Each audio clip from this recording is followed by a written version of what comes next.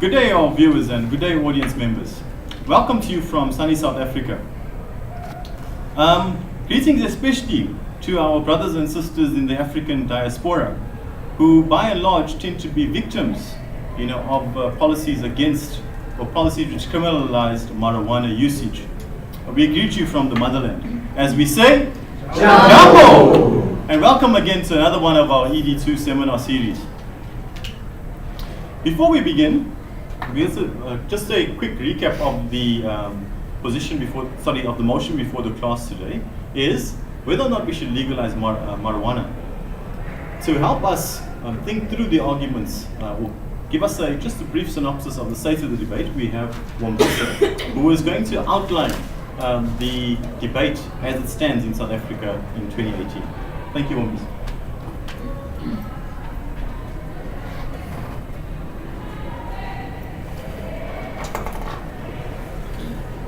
Greetings, ladies and gentlemen. My name is Wombisa, and today we bring to you the much anticipated debate on the legalization of marijuana, also known as ganja, insamu, hot, Mary Jane, dacha, and the holy smokes. Recent studies have further encouraged the legalization of marijuana based on its medical, religious, and recreational values, as well as to curb illicit the use of drugs and to try and kill local drug rings. In medical and pharmaceutical fields, it is vital to investigate both the pros and the cons of any substance designed for medical uses. The problem with cannabis or marijuana in a negative context is that people use it differently, and therefore it has been found to have certain negative effects as a bronchodilator. It can erode the upper and the lower lining of the lungs or perpetuate further lung failure. However, interestingly, it has also been found to alleviate stress and pain from cancer and HIV positive patients. This is when it becomes therapeutic or antispastic, especially for patients with epileptic problems. In a recent study in the Department of Experimental Pharmacology at the University of Naples has found the use of marijuana to stimulate neurons in the nervous system. This has led to a decrease in the deaths related to neurodegenerative diseases through manipulating the doses of THC, otherwise known as tetrahydrocannabis, which is basically the stuff that gives you the feels. Amongst found medical use, the substance has religious ties to Rastafarian principles and practice, and as well, and as we all know, Section 15 of our Constitution states, every individual has the right to freedom of conscience, religion, and opinion, therefore protecting sentimental and spiritual values to the plant. At this juncture, however, one should note that it will be extremely difficult to frame the legalization and institutionalizing of the substance with such a publicly known abuse history. Legalization, therefore, will come with conditions which may infringe certain societies from owning and growing the substance themselves for monetary benefits. In the same light, let us not forget, in order to produce the plant ourselves and to become suppliers to the market, we need land. And in popular debate, land is quite a problem in South Africa.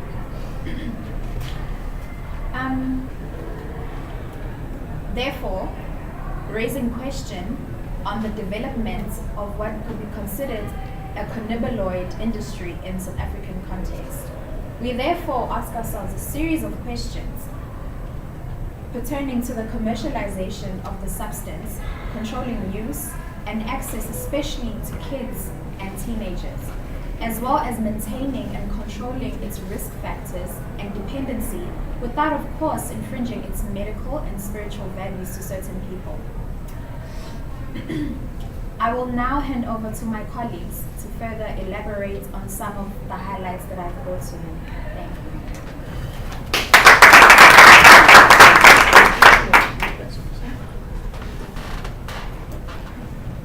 you. Thank you, Wombisa, for that brief introduction. Perhaps I should have mentioned at the beginning of the seminar was that this debate is actually going to form the basis of a submission to a parliamentary so a parliamentary subcommittee portfolio, which is going to deliberate on this issue later this year. So we welcome both your comments and your input. That said, none of our speakers today declare any political party affiliation. By way of background, there are many political parties in South Africa which have latched onto the issue and are making the legalization of drugs, or prompting or pushing for the legalization of marijuana in South Africa.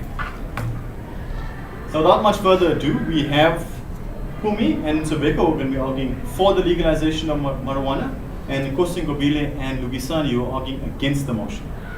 Please, our first speaker for the motion.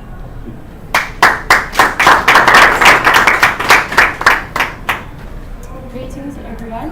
So as Dr. Boss has introduced, I am speaking for the motion of legalization of marijuana.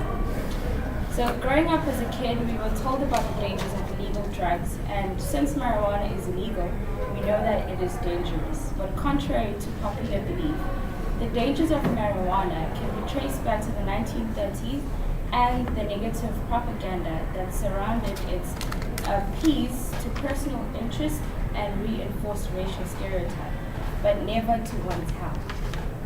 So the reason why marijuana was legalized was not because of health issues, but because of good old-fashioned business, due to the processing of hemp into paper and plastic. In America, for example, as the methods of processing hemp were becoming more readily available and affordable, business leaders such as William Randolph stood to lose fortunes. So hemp today is becoming a major contributor to the alternative fuels movement, after realizing that we can not only rely on fossil fuels, as well as taking into consideration the amount of environmental damages that we have caused through the use of fossil fuel. One can only ask, why then is it still illegal to grow marijuana? An elementary example that most people who advocate for the prohibition of marijuana use is the so-called gateway drug theory, in which the use of cannabis is said to lead to the use of harder drugs. The most commonly cited evidence for this idea is the fact that most hard drug users use cannabis. Pardon me about that. It says the most commonly cited evidence for this idea is the fact that for most hard drug users, the use of cannabis precedes the use of drugs such as heroin or crack cocaine. And saying cannabis leads to the use of harder drugs is an analogy to saying riding a bicycle can lead to riding a motorcycle. There is no reason to believe that riding a bicycle in any way necessitates the individual later riding a motorcycle. And there is no logical connection between the two activities. And likewise, it is incorrect to assert that the use of cannabis leads to or results in the use of harder drugs. There have been no deaths that have been attributed directly to cannabis use. So we can argue, using the naturalistic fallacy, where one equates what is natural with what is good, by stating that marijuana is harmless, in contrast to synthetic pharmaceuticals, legal or illegal, because of its low toxicity, and draw attention to the fact that the use of cannabis, unlike the use of alcohol or tobacco, has not been any deaths directly attributed to it. Marijuana is not as addictive as one would expect all legal drugs to be. The most addictive drug, even before heroin, is nicotine. And after nicotine and heroin is cocaine. And then below that is alcohol. But surprisingly, even below alcohol, it comes caffeine before marijuana. And yet marijuana is a drug that is illegal. In another defense for the legalization of marijuana laws cost taxpayers billions every year, paying for every individual that is sent to prison for the possession of marijuana, only because of the three-strike rule. One is only 3 joints away from spending life in jail. Yet, as the situation stands, Jails are overcrowded and there are people with far more unlawful atrocities that should be in jail rather than one that is aside for possession. Oh, excellent. Thank you.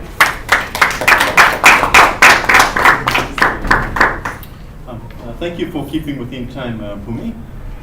Sorry, there's a correction. It's not Lungisani, but Ndumiso.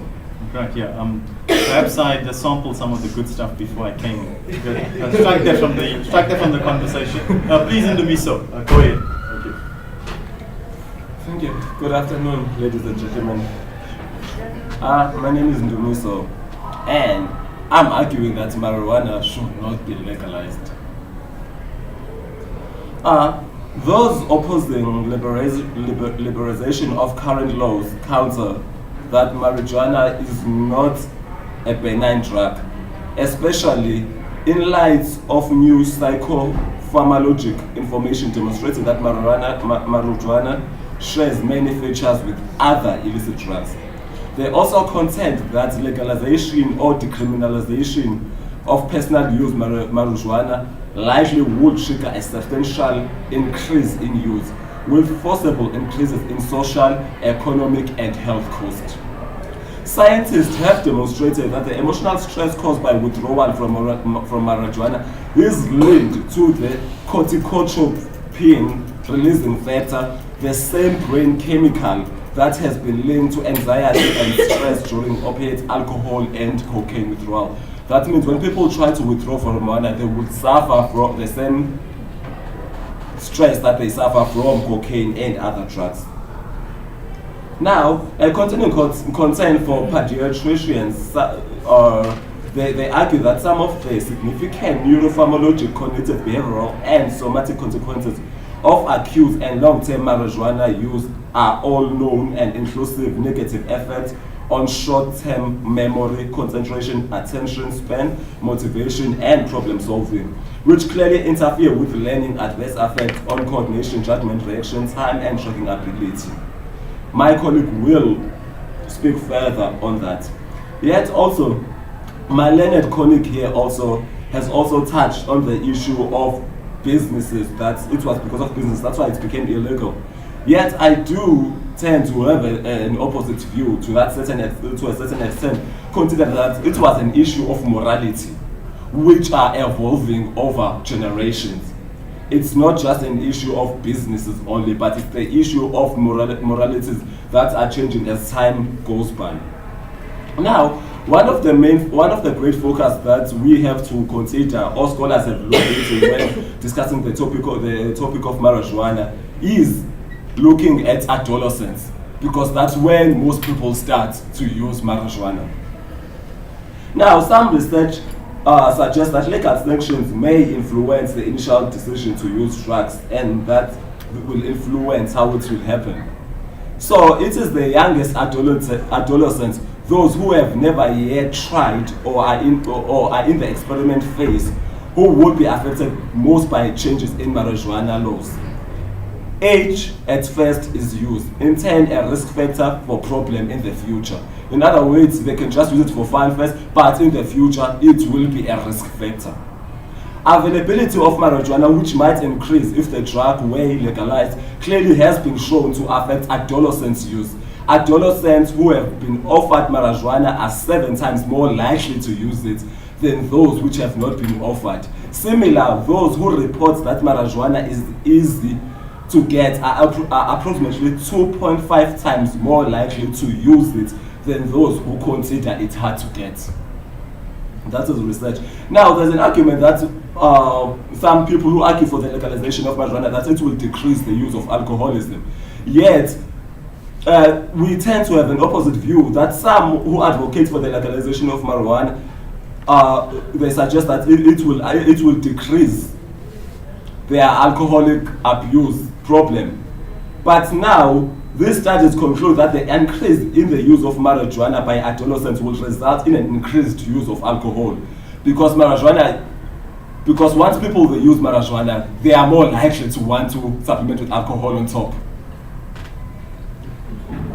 Now, we also looked at the comparison between marijuana, tobacco, and alcohol.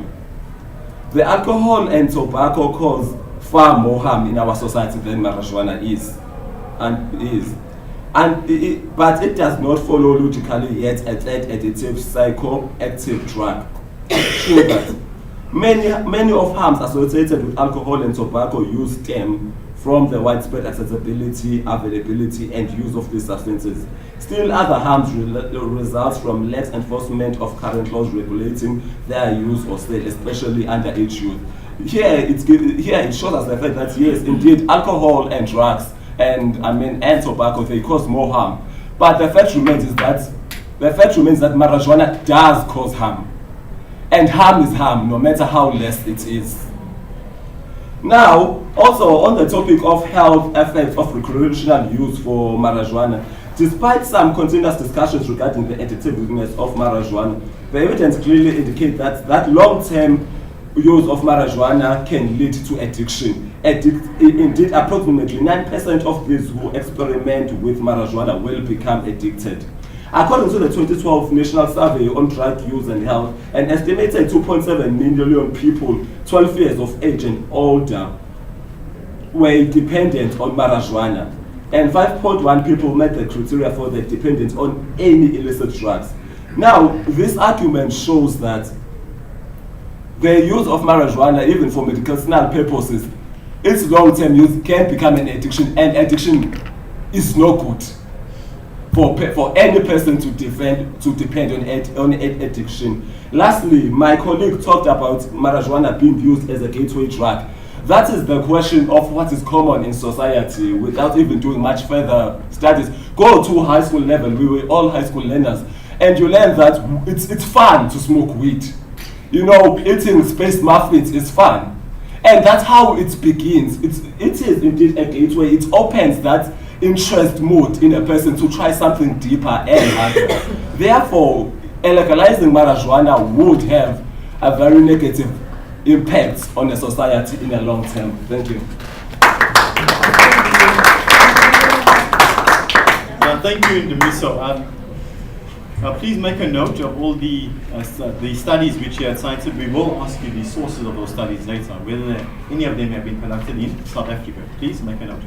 And Ntobeko is going to leave off some of those arguments for us, and let's believe. Please, Ntobeko.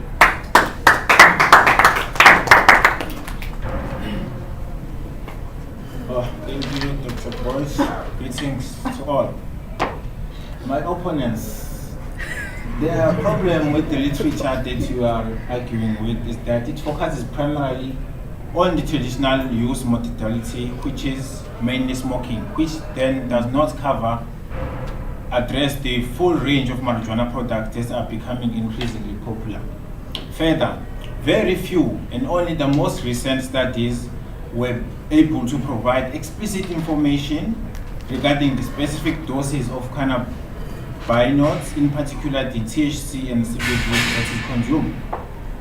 Because we expect that the legal market will shift the types of products and the average potency and the ratios of specific cannabinoids contained within these products consumed, the relationships identified with your studies may no longer hold, or the relationships can get stronger or get weaker, depending on how the presence or the absence of particular cannabinoids contributes to the relationship.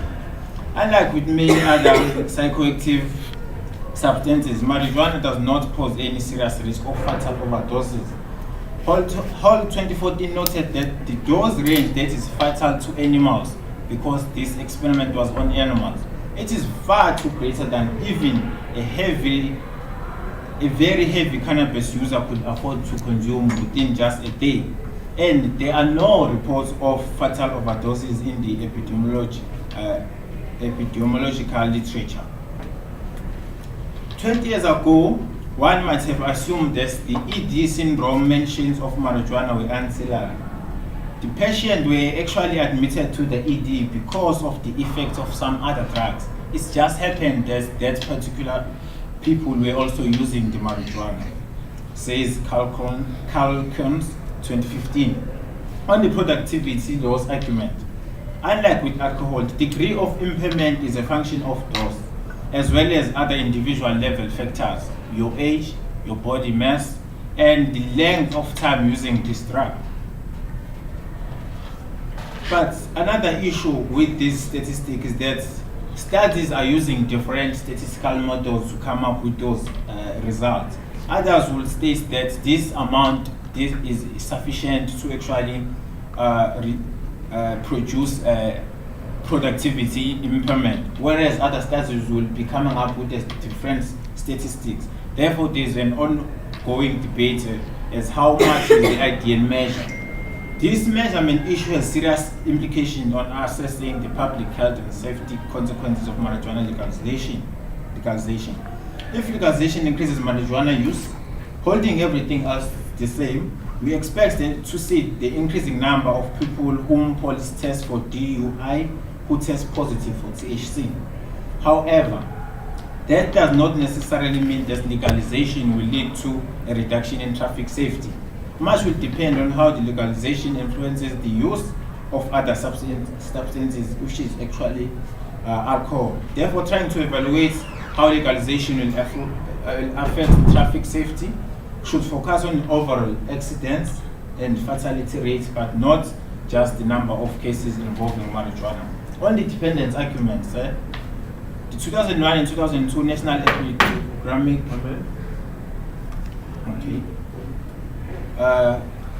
let me conclude by looking at the consequences of marijuana consumption. Like being under influence of alcohol, being under influence of marijuana at school or at work will impede development, yes. But the challenge rests on the researchers to try and figure out whether regular and heavy marijuana use has any lasting effects in education and employment outcome. Looking at the dropout in high school argument, the correlation between marijuana use and dropping out of high school is positive, yes. However, this raises important question of how much of this relationship is actually causal. Another longitudinal study based in US by Metro 2010 found that the apparent effects of marijuana use on dropping out of school disappeared once they controlled for the cigarette use. Then I will be concluding by looking at the consequences of marijuana prohibition. Enforcement of laws against marijuana use and distribution imposes costs. It can reduce the well-being of people in the neighborhood in a variety of ways.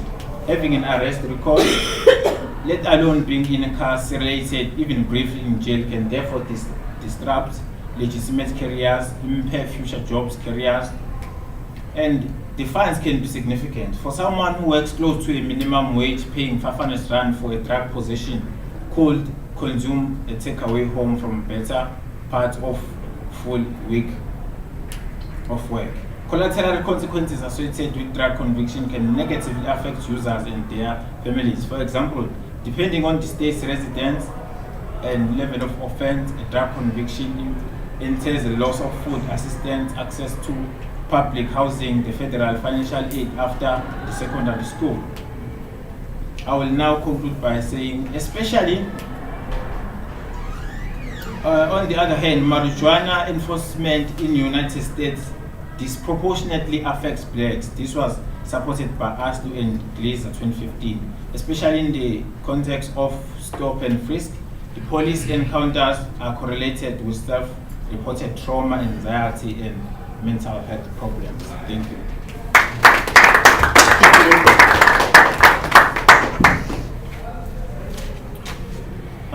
Very quickly, we are going to we're going to encourage our next speaker to stay within the 4-minute boundary. We will afford you an extra minute just to make sure that we are in the interest of fairness. We will afford you an extra minute.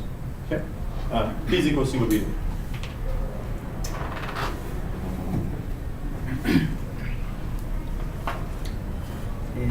Greetings to Dr. Gerard, our online viewers, as well as you, ladies and gentlemen. My name is Kosmobil Kumbi, and I am against the motion that marijuana should be legalized in the South African context. First, let me just Sorry, can you hear? Can you hear? Okay, please. Let me first visit what my colleague said. The first one, Pume said something about when we were growing up, the use of marijuana was highly opposed. So if now they want us to legalize marijuana, they are basically telling us that we should break our social structure because now we are grown. But how about those that are still young, who still need the proper guidance that they should not do drugs? Because the fact is marijuana is a drug. The other thing that Untobego said, Untobego talked about that the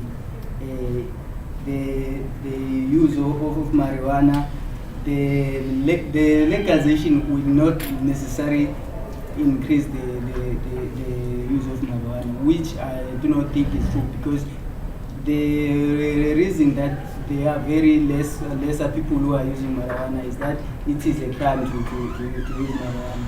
If it was legal, so anyone would be free to use it anyhow, not just for medical purposes. People will smoke it. Actually, more and more people will encouraged to try it, and those who find it fun will go ahead and smoke it. And this thing of saying we're gonna have policies that are gonna regulate. The most difficult thing about regulation is that people are. It is in their nature to be deviant.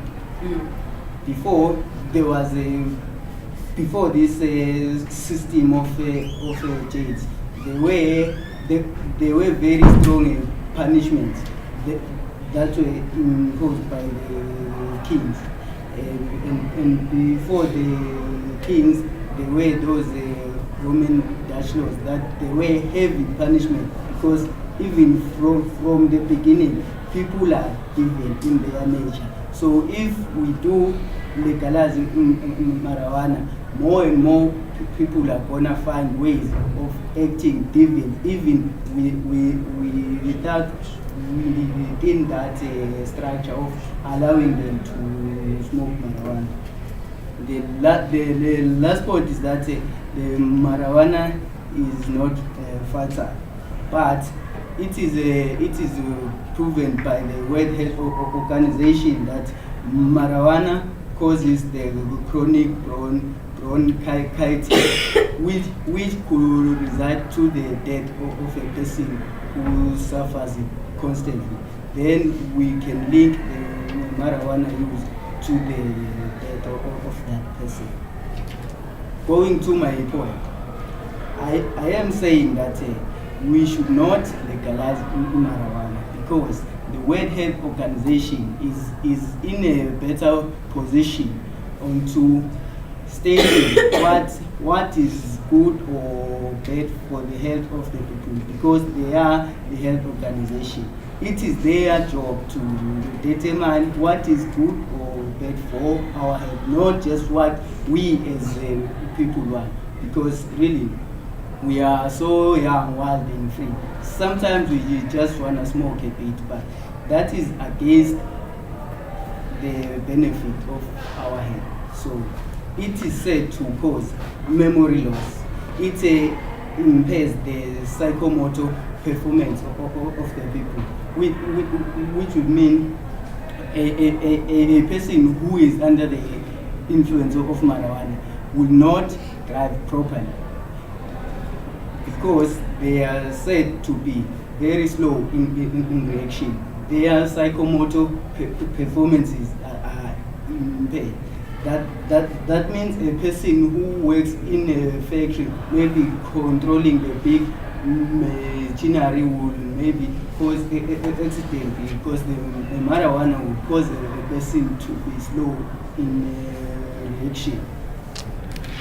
The other thing is that it impairs the cognitive development of a person. Let us say a younger person starts smoking. that person will not develop their cognitive functions properly. Then that would mean a person would have a lesser developed perceptions, judgment, and reasoning. That would have us having a country of less reasoning people, and that is very dangerous for the future of the country that we are trying to build. The other thing that is said about marijuana curing cancer or any other diseases is not really true, but it eases the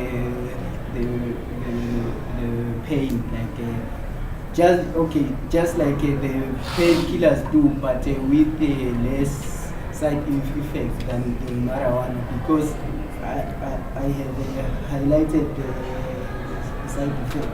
So painkillers are usable and still need to be used substitute over marijuana.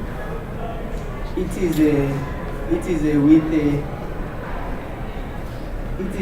for us to state that we still want to maintain the marijuana is legal in South Africa, because the beds are much stronger than the goods that the marijuana brings for us. Thank you.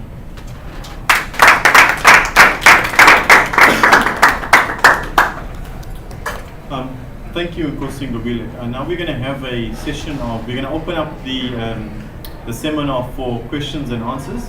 I'm sure many of you have very strong views thereon, right?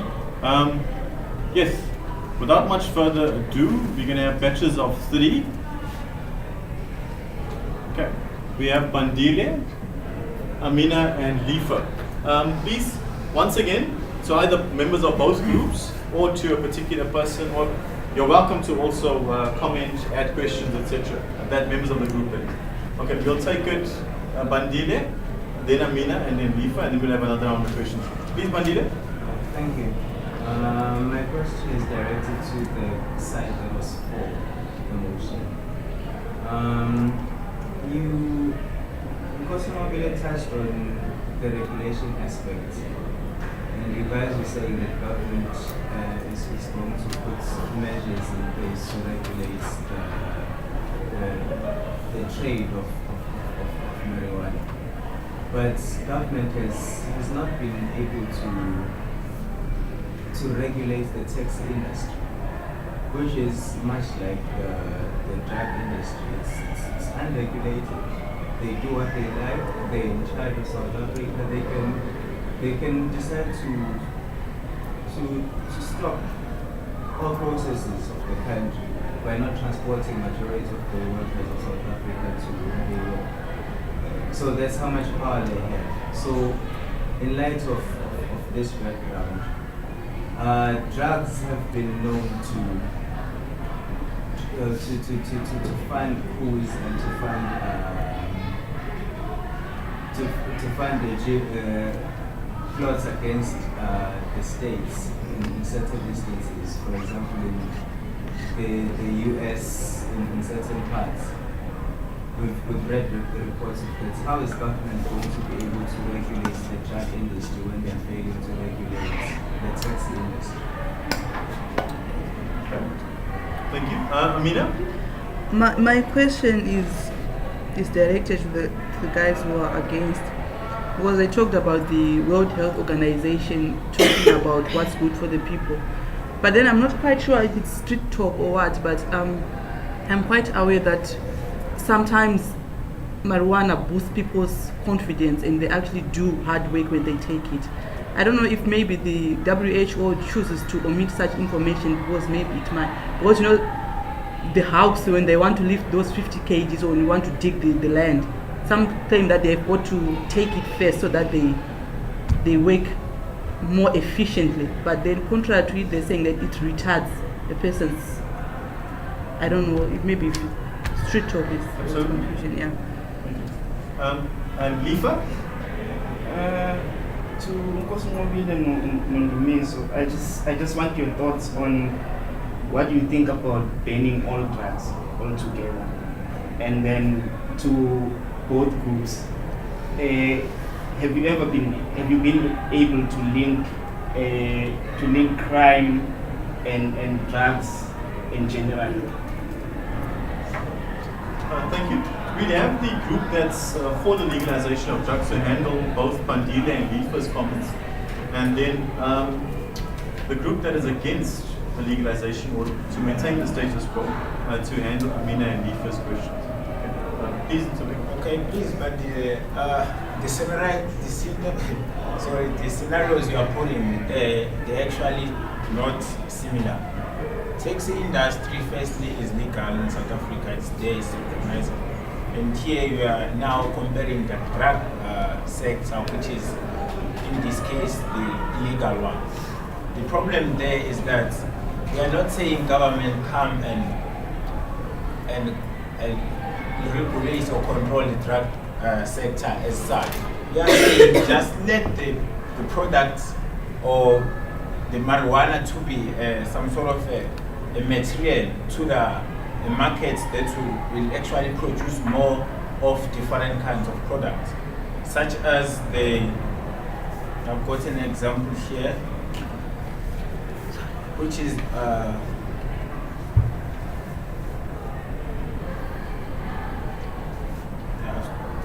but it's actually a spray that is actually used. It is also available in Cape Town, South Africa. It's an oral spray that can be used to actually ease the seizures that we have mentioned on cancer, HIV, seizures, and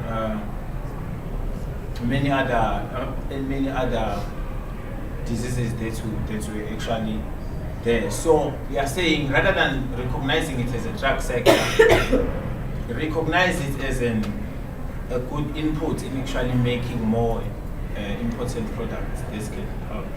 Sorry, if I may, I think, and I could be wrong, but I think we're talking about the capacity to regulate. Yes. Do you think that the government has the capacity to regulate a potentially, we don't know the size of it, a potentially large sector? Right? And this is the point here. Should we actually be, how are you going to address issues of regulation and capacity? But this is not the first drug. This is actually here in South Africa. We've got your alcohol there, which is actually run each and every corner. We've got your cigarette smoking there, your tobacco products, they are each and every corner, and they are there. They are drugs. They have, and if you tuned nicely in our presentation, is that they are posing more serious health effects than the marijuana alone. So I think that argument is actually reinforcing my point, because you have government saying that if you have a tavern in a township, it should be open from this time until this time. But those taverns are still open at midnight during school days, you know, and government is failing to actually either close down those people or actually control them, make sure they take away their licenses if they're failing to do that. You know, so government has not been effective in actually doing that. That's basically where my question was like. Oh, okay. Then if your argument is that the government has already failed control and regulating all those, then there is no easy way of determining right now that after the legalization they will be able to actually legalize, to actually regulate this drug as well. At the moment, Vandile, all that you can do is hope that the government will be able to regulate just as much as when they regulated tobacco, they were hoping that they would be able to control it, but it's not. Alcohol is not supposed to be sold to persons under the age of 18, but you find kids 12 years, 10 drinking alcohol because they somehow do get access to it. And with that rule being said, it was a measure of them trying to control alcohol abuse in the world. So, which is why, again, I said it's just a way that you hope that they will be able to regulate it. Because other than that, then it means that most of the things in South Africa, per se, will not come to fruition because of the fact that you will be worried if the government will be able to regulate it or not. Sorry, I'm sure the side that is against the legalization of marijuana would have something to say about it. Please, if you'd like to respond to Mandile or to the... Actually with Bandile. If we all are on the same page that the government is failing to control the drugs that are already legal, but then we still want to say let us add more drugs. It's like we are saying these students are failing to do 4 modules, so let us just add because already we are saying we are failing, so why do we have to add another drug that needs a stronger regulation? And marijuana doesn't Excellent. need that much stronger regulation. Before we get to that, I just want to make sure that we don't lose, excuse me, Alifa's comments. Okay, please. Alifa had a question? Alifa was Yes. actually asking if we managed to link criminality to Yes. this. Okay, now there is a law to drugs in general, not marijuana. That was a two-part question, Richard. The first one was the legal. Just your thoughts. I just wanted your thoughts to the side that is, about banning all drugs altogether. And then there was to everyone the question of have you been able to link crime and drug usage? Yeah. It'll lead on quite nicely from our issues of regulation. It'll lead on quite nicely. Yes, there is a clear link, a positive relationship between particularly marijuana use and the crime itself. But most of the experts, they believe that the correlation could be due to common risk-seeking and delinquent factors that will generate the spurious correlation that we are actually observing right now. And there was a good study in 2010 that was performed by Great Ektal. They actually grouped 2 types of people with very comparable characteristics. And then they recognized that those who are using the drugs are more likely to perform crime than the other groups. But after they controlled, after they decomposed their findings by the different types of crimes, they found that the association only held for drug-related crime and property crime, but not violent crime. So this is a reflection that, okay, the drugs, because they are illegal, they are attracting all those kind of people who are doing illegal activities, which is just criminals. So just because they are criminals, they are bound to perform more crime after using the substance, any substance which is just a drug, because it's their daily lives to do criminal acts. Sorry, if we can just get now the side that is against drug usage. I think we had both Amina's question, and if you can just take up on Lifa's comments first. What's your stance on the prohibition of all drugs first? Prohibition of all drugs first, that's not a good idea, because drugs are already used for medicinal purposes. There are so many things that the drugs are already used for. But on our stance here right now is on marijuana as a drug, not all drugs, because already I think Bandile has already brought to light my actual argument here, that it's policy issues, that we can't ban them because they are necessary others. But is this one necessary? Is this one really necessary at this point? For example, we already have a pool where people are drowning because the state is failing in policy making, in regulation of drugs. And we want to add another drug. That means endanger more generations to come. Until probably the state can make proper policies in place, or the state is able to make things or public order whatsoever, as long as until they are able to, then they can come and tell us about adding another drug, especially marijuana, which is already a problem in society. And on the second one, with regard to crime and drugs, it's inevitable what drugs are doing with regard to crime. Their relation is a lot. Here in South Africa, look at Cape Town. Cape Town is regarded as the most dangerous city in our country. Yes, Cape Flats. That place is the most dangerous place, regarded as the most dangerous place in our country. And what is the cause of that? It is gangs. And if you check what is one of the greatest motivation for gangs, it is the drug use. The drug business in Cape Town is huge. And the mega rate is very high. And stealing and so many things due to drugs. Just two things, about this equating of drugs and marijuana. I think the other group had actually made a very distinction. You had said as marijuana on its own. Right? So it might be a bit to group it all together. And then just as a matter of clarification, what about limited use of drugs? What is your stance? You don't have to answer me. Okay, just to think about perhaps limited use situations. But Amina did have a question. Possible benefits. We always talk about the negatives or the ills at a personal level associated with marijuana. But what about the possible? Any evidence? And please, I'll open up to the other group. Any evidence for positive benefits besides relaxation, etc. But this Yes, they are. exchange. possible. Oh, They are please. possible. But if I may, the group that is Thank Yes. you, Sister. Your question was whether the organization is maybe keeping some good deeds that is a result of the marijuana. So, in that, with that thing said, the thing is that when you have something that has good and bad, you have to balance which one weighs more than the other.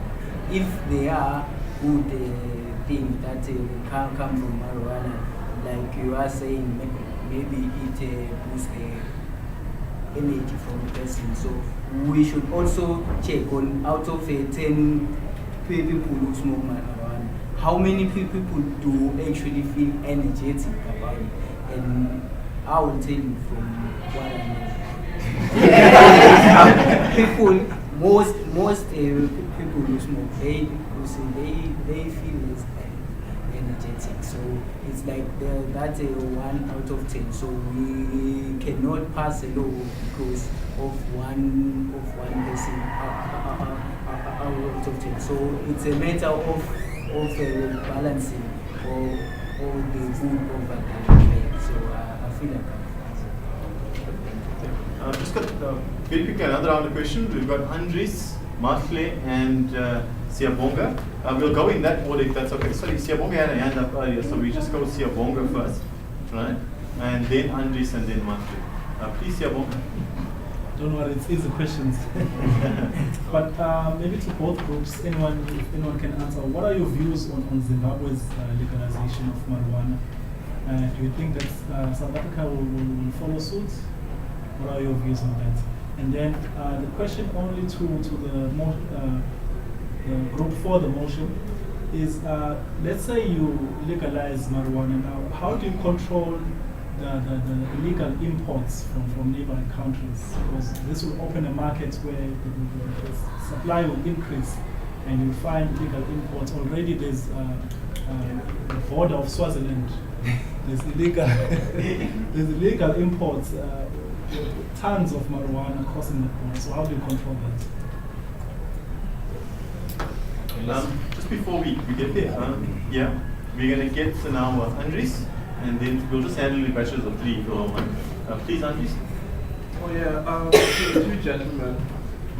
Don't you think we are fighting a losing battle by not legalizing this drug? Already it's easily accessible, and with the regulations that are there, I mean, South African, the police service, they're not doing anything. I mean, the schools in villages, people can get, and for police to go there, it takes a long time for them to get there. And with that, another thing, don't you think we can create a market here? Or in most times when drugs are caught in marijuana it's found, you'll find that there's millions of it, millions of friends from it. I mean, the one that is found in weight, they'll tell you that its value, it has millions. So don't you think we can create a market in South Africa of marijuana? Sorry, and then Mark, please. Okay, I don't have a question, I have a comment for the side that is against. I just feel like you guys are exaggerating the whole use of marijuana and stating facts like psychological issues, because it's not like when it's legalized, everyone's going to run and smoke up a whole sack.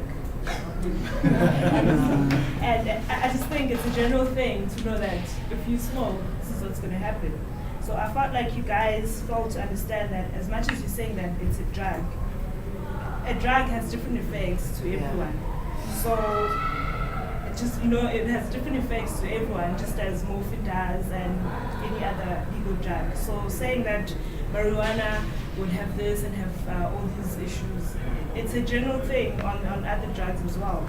So you guys just, I don't know, putting out marijuana only as having all these issues, I don't think it's true. Well, firstly, it's just like, I think that comment could actually apply to all of our basis upon which we make any assertions in the class, because that's what research does.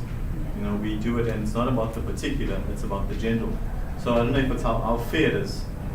That said, you don't have to feel that. Like, that is a defense of the method of okay. But we'd have, I think just because of time, we're going to get the side that is against, that is for legalization of marijuana to answer Siyabonga's questions, please. So, first I'll start with the question when you said, do you think South Africa will follow suit with Zimbabwe's legalization? I can basically say that South Africa should follow suit regarding the decision that was made in, is it Western Cape? That you can use weed in the comfort of your own space. So already, as much as that hasn't been approved for KZN, some of the people are already doing it, even though it hasn't been approved that in KZN, yes, you can use, or yes, you can be in possession of, but in the private of your own space. So with that being said, one part of South Africa already having legalized weed, it's easy for South Africa to follow suit to Zimbabwe. And another thing that the group has been mentioning about weed is that they've been using it under the guise of drug. And already in your head, when you say illegal drug, you get all of the negative effects and everything about it. But then again, I did mention in the opening arguments that marijuana is not harmful as much as other drugs, even caffeine for that instance. And we find caffeine in a whole lot of things that we use in our daily lives. So if marijuana is less addictive as caffeine, then honestly it doesn't deserve to be in the same suit as illegal drugs such as cocaine and crack and all of those other drugs. Just a quick thing is to say that something, because something doesn't have as negative effects as something else which is negatively acceptable, which is socially acceptable, therefore it should be accepted. Would we be able to regulate anything if we use that argument?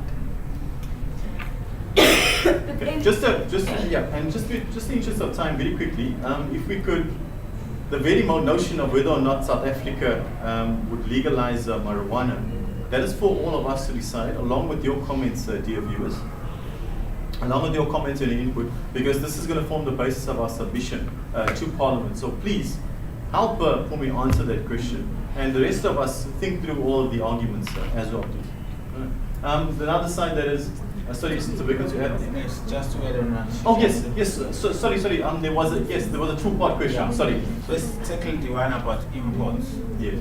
Let's just agree on one thing here. The legalization of marijuana is not there to affect the access of the drug in any significant manner, because we know it's always there. Each and every corner you can always get the marijuana. But the only thing that it will affect legislation is the supply side of it. Rather than, because the imports that you are talking about, people are going to the nearest countries, Lesotho, Swaziland, because they are not allowed to plant it on their yards, on their land. They go there to buy it and then come in, sell it, make cash, then do that in circular motions. Then the second point about the Zimbabwe, yes, South Africa has taken further steps to actually kind of legislate this. She's right that the Western Cape High Court last year, 2017, the 1st of March, the court held that it is an infringement to actually ban people to use marijuana, to ban actually other people to use marijuana in their private space. Therefore, it's declared that it is now legal for them to consume it just on in your own space. So what we're arguing here is only the medical benefits or medical side, and also the personal possession on your streets or on your hotel accommodation, anywhere. But also the government right now, South African government has opened, has actually invited the public to actually send their portfolio to actually argue as why should it consider legalizing this particular drug that we are actually arguing with today. So we have actually taken steps forward to actually legalize it. There's just when you had mentioned it, I don't know whether it's actually infringing on or actually partaking in the debate, but earlier one of the groups that was actually against the legalization of marijuana also mentioned that the Western Cape had a problem with crime because of the high drug usage in that province. Yeah. Okay. So just perhaps if we could address that later. But first, before we get to those, we had questions from Andres. Happening anyway? Okay. As Andres, he spoke about the market and the fact that the drug is already accessible. Firstly, if I may speak about about the market, regarding the market. In South Africa right now, we have a problem of land. Now, if we're talking about legalizing marijuana, that it will boost the market, whose market will it boost? Because it's need land to be planted into. Now that means it will not boost the majority of the country already, which is a problem, firstly. Never mind that. Adding on that, there is the access. I have this view that just because people are accessing something, just because policy regulation is failing, that does not mean our law should succumb to that. That doesn't mean our law, for example, then stealing because our law is struggling with people who are stealing. Our law is struggling with people who are killing. Our law, people who are being deviant all every day. That does not mean the law should be regulated to legalize such people who are breaking the law over time, because what trend will we be laying and what legacy will be laying for the upcoming generation? If you can't control something, legalize it. If you can't control something, legalize it. So that's a problem where the policy should be formed on about enforcement of law.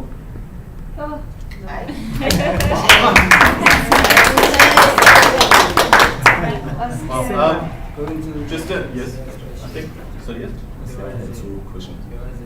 Leave it, yes. From Sia. Yeah. Okay. He said he was asking the. So Sia, to be honest, just because we are from the negative side doesn't mean we have to just oppose anything. I do feel like the South African government is taking a step towards regulating. That is from the Cape Town High Court ruling last year, which legalized the marijuana usage. But even though we see that the government is taking steps into legalizing the marijuana, we still maintain that the government should not cave in because the people are being deviant. They should fix their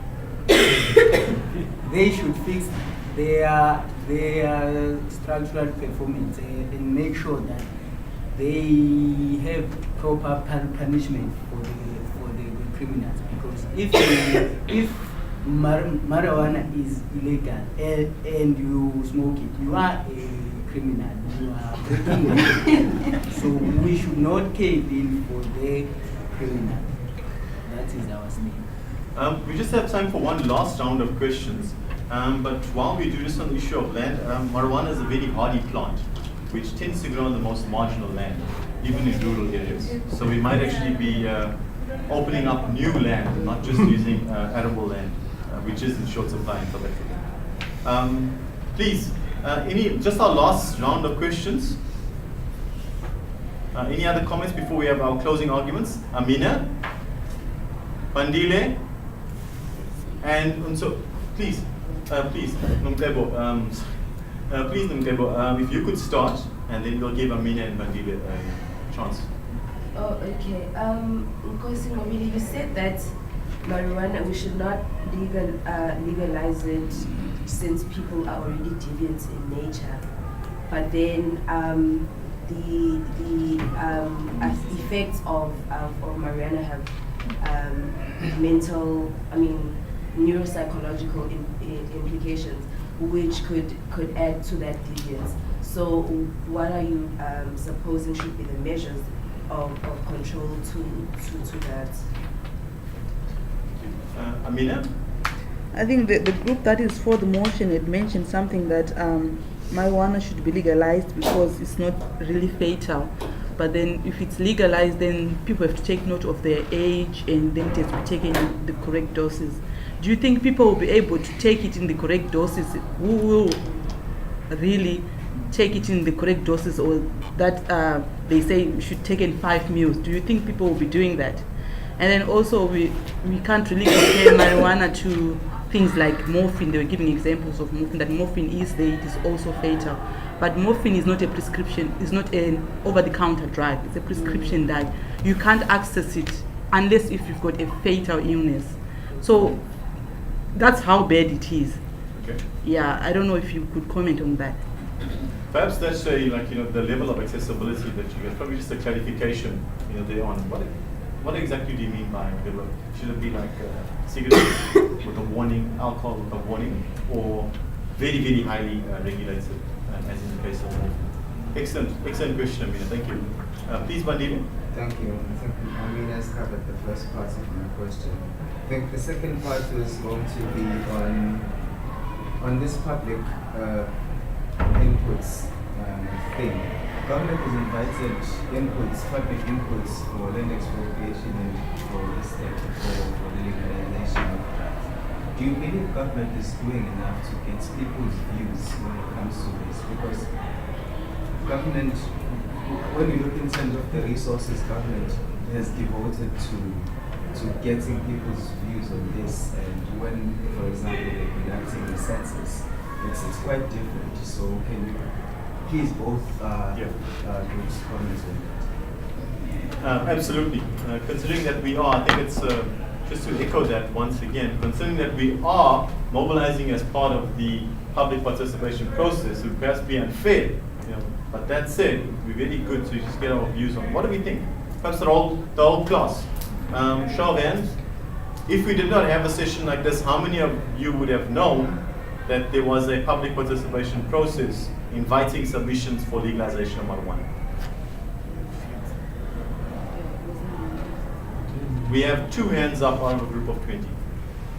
Just for the audience. Okay. Please. So, yeah. If we could. Yes, I'm not listening. Oh, sorry. You're going to do Bandiles first before Amina's. Okay. Because Bandiles first is kind of easy. Because you are also mentioning the example that the government has actually called the public interest to submit those portfolios. It is a kind of a good platform for the government to get to know what the general public is actually thinking about this kind of issue. So it is doing its best. It's just that the way is it spreading enough to the widest community?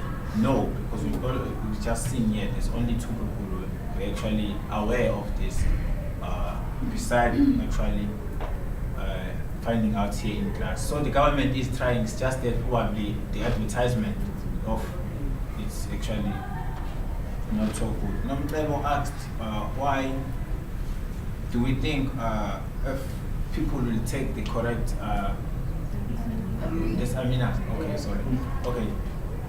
What we proposing here is that rather than consuming the marijuana as raw as it is from the ground, because we noted there are many different health issues that are around it, let there be a market, a proper market whereby the raw marijuana will be taken to the market, and then it will be analyzed such that those kind of chemicals that are too strong or affecting our health can be actually be extracted away from that particular product. And when the product that comes, just like your tobacco, we don't smoke it direct from the road. It goes out there, it goes to other companies, they process it and then supply it where it is as healthy as possible. So why not do the same thing as for the marijuana? Because there it will come with those experts who are actually evaluating its health potentials. And also the package itself. I don't know why maybe South Africa is not adopting this. In Australia, the government has recently required that all those who are the sellers of cigarette smokers will be just using one common package for different types of the cigarette. So that's what we'll be proposing here in the case of South Africa. After these marijuana products are coming from the markets, there are different grades, we know that. Then we just let the products use just one and the same package that can actually have a picture out there that is actually warning the general public of the health consequences of consuming or abusing this drug.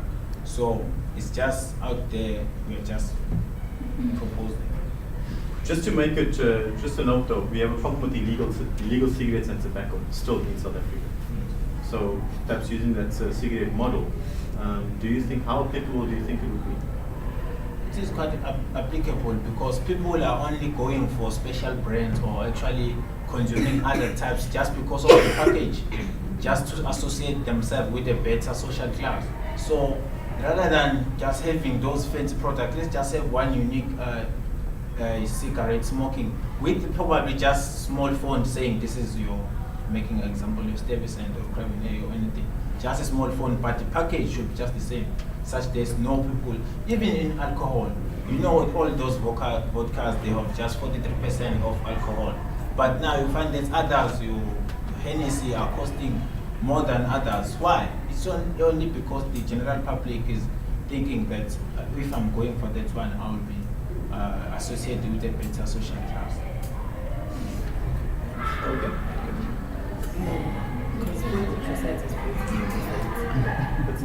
That's fine. So yes, just before we close up, yes. Thanks. Also a question. There was a question from Nomcebo, which was the measures of controlling PVs, right? So our point of view is that people are on PV in nature. So before, like in the Bible time, there was like a stoning of people and stuff. People who were DV. And then in the period of the kings, that is your Roman Dutch law times. They were like people they would have maybe severe punishment like walking on fire. And now they are jails, like they are jail cells, people who commit crime. So the first step of regulating is to have laws written down, and then we have laws in South Africa. And then the second step, once you have laws, it's not that everyone is just gonna follow it. You have to have policies to implement the laws that are there, and then you have to account for the failure of the implementation. If you see that okay, you are not succeeding, you have to try alternative approaches like use the social media, the social networks, like the way the TV programs of awareness, like there was a Soul City before and the intersection. Those shows where they were creating AIDS awareness in South Africa. So we could also follow the same thing about drugs, because if we see that people are not just getting to the law. Sorry, and then now we're going to just go to our closing arguments. But before you do, I think, Bandile, are you satisfied? Lamisa, you want to answer, yes, Bandile? So we're just going to have closing arguments, 2 minutes. If you can just prepare closing arguments after this last comment. With regards to the government doing enough with, about this, informing people about these public invitations, I feel like they're dismally failing. They are dismally failing because, before we came to university, we didn't even know that there was an invitation for public to comment.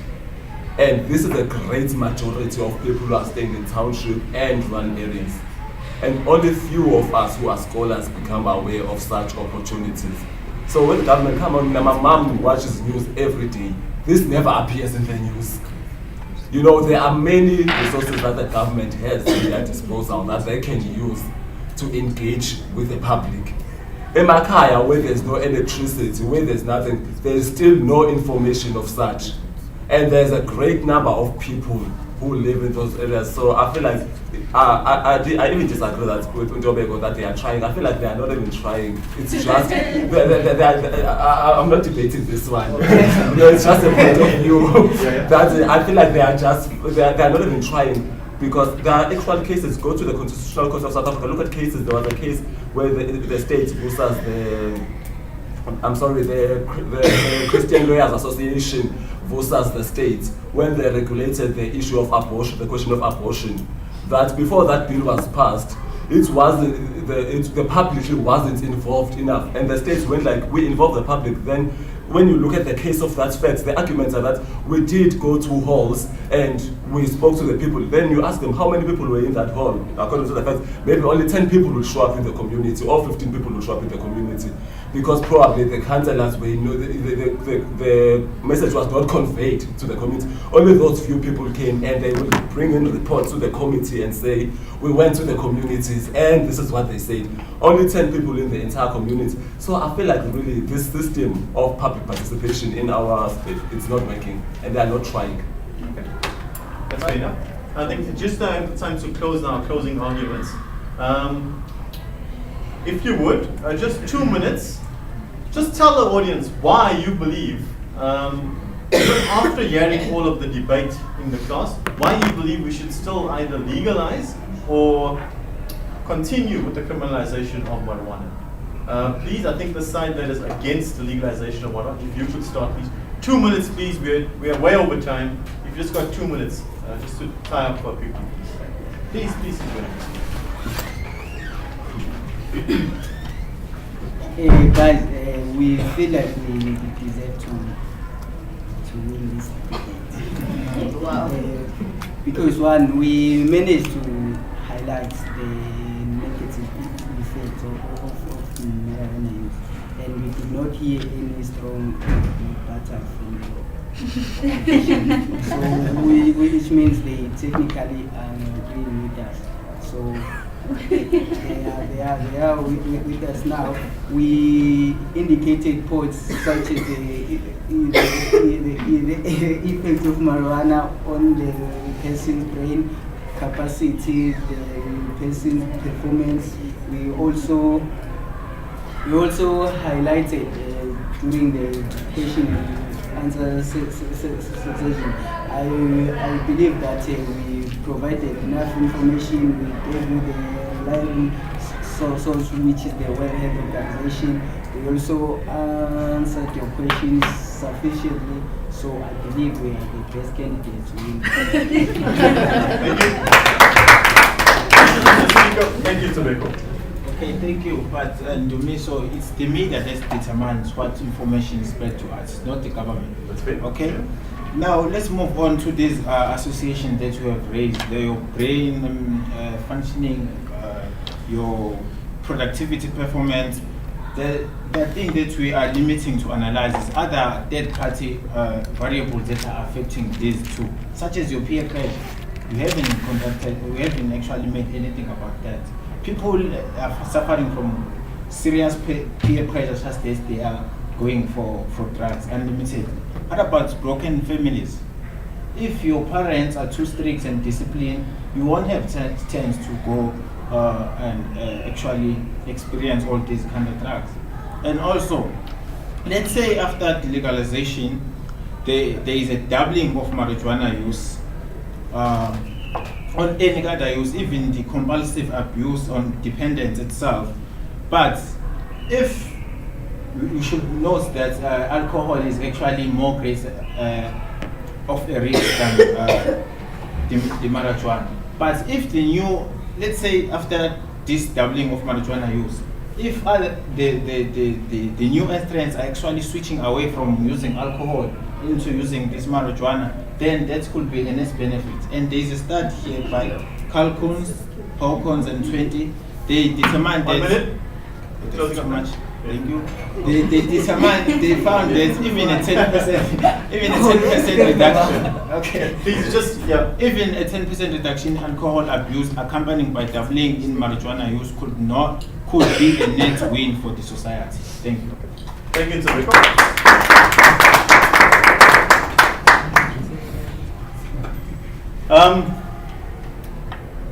Guys, I will make no claim on what you should or shouldn't do. Right? Whether or not which side should win or not. Let's remind everybody we are friends and we hope to remain that way after this debate. That said, we are going to go to voting now. This is the part where we lose our audience. But before we do, this is the last time we're going to see you this year and also the last time before Africa Day. So to all of you, both in Africa, on the continent and in the diaspora, is it the Happy Africa Day?